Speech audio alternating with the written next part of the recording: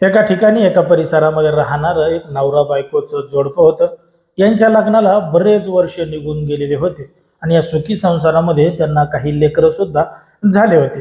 आता ती जी बायको आहे ती नवऱ्याला भांडत होती, वेळोवेळी ताने सुद्धा मारत होती आणि नवऱ्याला मोठ्या प्रमाणात नावं सुद्धा ठेवत होती. पण मात्र एक दिवस अचानक नवरा कामावून आल्यानंतर ती जी बायको आहे ती नवऱ्याला गोड गोड गोड गोड बोलू लागली आणि गोड गोड बोलून तिनं नवऱ्याला खीर सुद्धा खायला केली. मग अचानक बायको एवढी कस काय बदलली, आज तर लयच गोड गोड बोलतीये. त्याच्यामुळं नवरा सुद्धा आनंदी झाला आणि बायको सुद्धा आनंदी झाली. मग ती बायको नवऱ्याला घेऊन बेडरूम मध्ये गेली. त्याला स्वतःच्या हातानं तिनं बनवलेली खीर सुद्धा खाऊ घातली. आता ती जी खीर खाल्ल्यानंतर तो जो नवरा आहे तो निवांत बेडवर झोपला होता आणि त्याच्यामुळंच घडलं होतं एक धक्कादायक प्रकरण, धक्कादायक घटना. नेमकं काय आहे संपूर्ण प्रकरण, कुठं घडली आहे घटना, हे आपल्याला अगदी सविस्तरपणे बघायचं आहे. पण जर तुम्ही अजूनही आपलं चॅनल सबस्क्राईब केलं नसाल तर लगेचच करून घ्या आणि बाजूला असणाऱ्या बेल नोटिफिकेशनला सुद्धा ऑन करायला विसरू नका. आता ही जी संपूर्ण घडलेली घटना आहे ती आहे उत्तर प्रदेशातील आग्रा शहरातील सिकंदरा परिसरामध्ये घडलेली संपूर्ण घटना आहे. आणि या ठिकाणी या परिसरामध्ये राहणारं एक नवरा बायकोचं जोडपं आहे. सुरेंद्र शर्मा हे नवऱ्याचं नाव आहे तर रुबी शर्मा हे बायकोचं नाव आहे. दोघा जणांचं बऱ्याच वर्षापूर्वी लग्न झालं होतं, सुखाचा संसार सुरू होता. पण मात्र 17 मे 2026 रोजी जेव्हा नवरा कामावरून घरी आला होता तेव्हा ती जी बायको आहे रुबी नावाची ती नवऱ्याला अगदी गोड गोड बोलू लागली. नेहमी भांडणारी, शिव्या देणारी अचानक नवऱ्याला गोड गोड बोलून बेडरूम मध्ये घेऊन गेली होती आणि त्या ठिकाणी तिनं स्वतःच्या हातानं बनवलेली खीर सुद्धा नवऱ्याला खायला दिली होती. आता नवरा सुद्धा आनंदी झाला, बायको भांडते, आज चांगलं बोलते म्हणून तिनं त्याच्या हाताची खीर सुद्धा खाल्ली.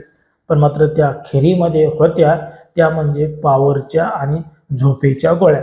आता त्या गोळ्या खाल्ल्यानंतर तो जो नवरा आहे तो गाढ त्या ठिकाणी झोपी गेला. एवढा काही झोपी गेला की तो पुन्हा उठलाच नाही. मग बायको इकडं तिकडं बघत होती, काय करावं काय नाही हे तिला समजत नव्हतं. म्हणून ती रात्रभर त्या नवऱ्याजवळच बसून राहिली आणि अखेर त्याचा त्या ठिकाणी जीव सुद्धा निघून गेला. जेव्हा दुसरा दिवस त्या ठिकाणी उजाडला तेव्हा त्या नवऱ्याचा भाऊ त्या ठिकाणी आला, म्हणजे ह्या महिलेचा दीर त्या ठिकाणी आला आणि बायकोला विचारू लागला की हा एवढा गार का झोपला आहे, दुपार झाली तरी का उठला नाही. तेव्हा बायको म्हणते की तो मोठ्या प्रमाणात दारू पिलेला आहे, त्याची रात्रीची दारू अजून उतरलेली नाही म्हणून गाढ झोपलेला आहे. आता त्या भावाला सुद्धा वाटलं की या सुरेंद्र शर्माला दारूचं व्यसन आहे म्हणून त्यानं सुद्धा काही जास्त लक्ष दिलं नाही. तो त्या ठिकाणाहून निघून गेला. पण मात्र निघून गेल्यानंतर त्या बायकोनं बाथरूममध्ये जे खड्डा खांदला, 2 ते 3 फूट खोल खड्डा खांदला. त्या खड्ड्यामध्ये नवऱ्याचा मृतदेह पुरला आणि मृतदेह पुरून वरून फरशी सुद्धा बसवली. कोणाला काही ओळखू येईल असं तिनं काहीच ठेवलं नाही. मग तिनं काय केलं, पुन्हा त्या ठिकाणी मिस्त्रीला बोलवलं.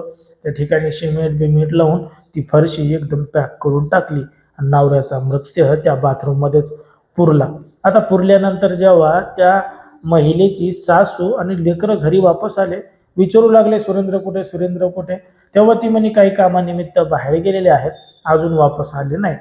मग 1 दिवस झाले, 2 दिवस झाले तरी तो वापस येत नाही. म्हणून त्या मेलेल्या पुरुषाच्या आईला मोठ्या प्रमाणात काळजी वाटू लागली की तिचा मुलगा अजून वापस का आला नाही. लेकरं सुद्धा आरडू लागले, ओरडू लागले.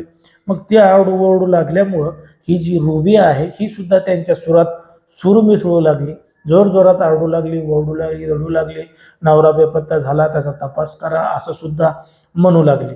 मग हे सगळं गोंधळ त्या ठिकाणी काही काळ चालल्यानंतर सुरेंद्रचा जो भाऊ आहे त्यानं घडलेला प्रकार जवळच्या पोलीस ठाण्यामध्ये सांगितला. घटनास्थळी पोलीस आले, पोलिसांनी पंचनामा केला, त्या रुबीला सगळं काही विचारलं, घराची तपासणी घेतली. पण काहीही पुरावा, काहीही सबूत मिळाला नाही. म्हणून पोलीस त्या ठिकाणाहून निघून गेले आणि त्यांचं काम करू लागले. पण मात्र जेव्हा पोलिसांनी आजूबाजूच्या शेजाऱ्या पाजाऱ्यांना आणि घरच्या लोकांना विचारलं तेव्हा समजलं की रुबी आणि तिच्या नवऱ्यामध्ये दोघा जणांमध्ये सतत भांडणं होत होते, वाद विवाद मोठ्या प्रमाणात होत होते. आणि ज्या तारखेला ती सांगतेय की ते घरामधून गेले त्या दिवशी त्याला घरामधून जाताना कोणीही पाहिलेलं नाही. म्हणून पोलिसांना सगळा संशय त्या रुबीवर आला. मग पोलिसांच्या पद्धतीनं जेव्हा त्या बायको रुबीला विचारलं तेव्हा तिनं घडलेलं संपूर्ण प्रकरण सांगितलं आणि तो मृतदेह घरामधल्याच बाथरूमच्या खाली पुरलेला आहे आणि ती त्याच्यावर मागच्या 44 दिवसापासून आंघोळ करत होती हे सुद्धा पोलिसांना तिने सांगितलं.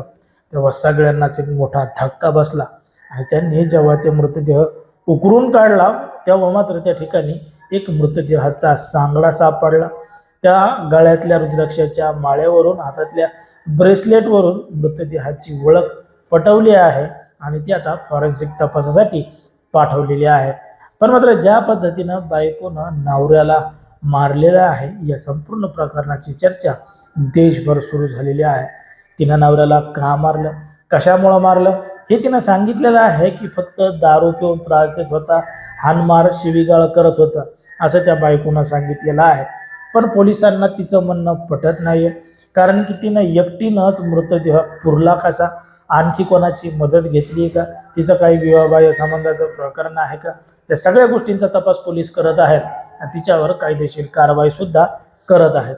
पण मात्र ज्या पद्धतीनं सध्या समाजामध्ये, देशामध्ये आणि राज्यामध्ये अशा पद्धतीच्या घटना वाढत चालल्यात त्याच्यावर तुम्हाला काय वाटतं ते तुम्ही अगदी स्पष्टपणे कमेंटमध्ये सांगा. कारण की कोणाच्याही भावना दुखवणं, कोणाचंही मन दुखवणं हा आपला उद्देश नाही. समाजामध्ये जे घडतं आणि मीडियामध्ये जे दिसते तेच सांगायचं काम आपण ठिकाणी करत असतो. लोकांना सावध आणि सतर्क राहण्याचं सुद्धा आवाहन करत असतो.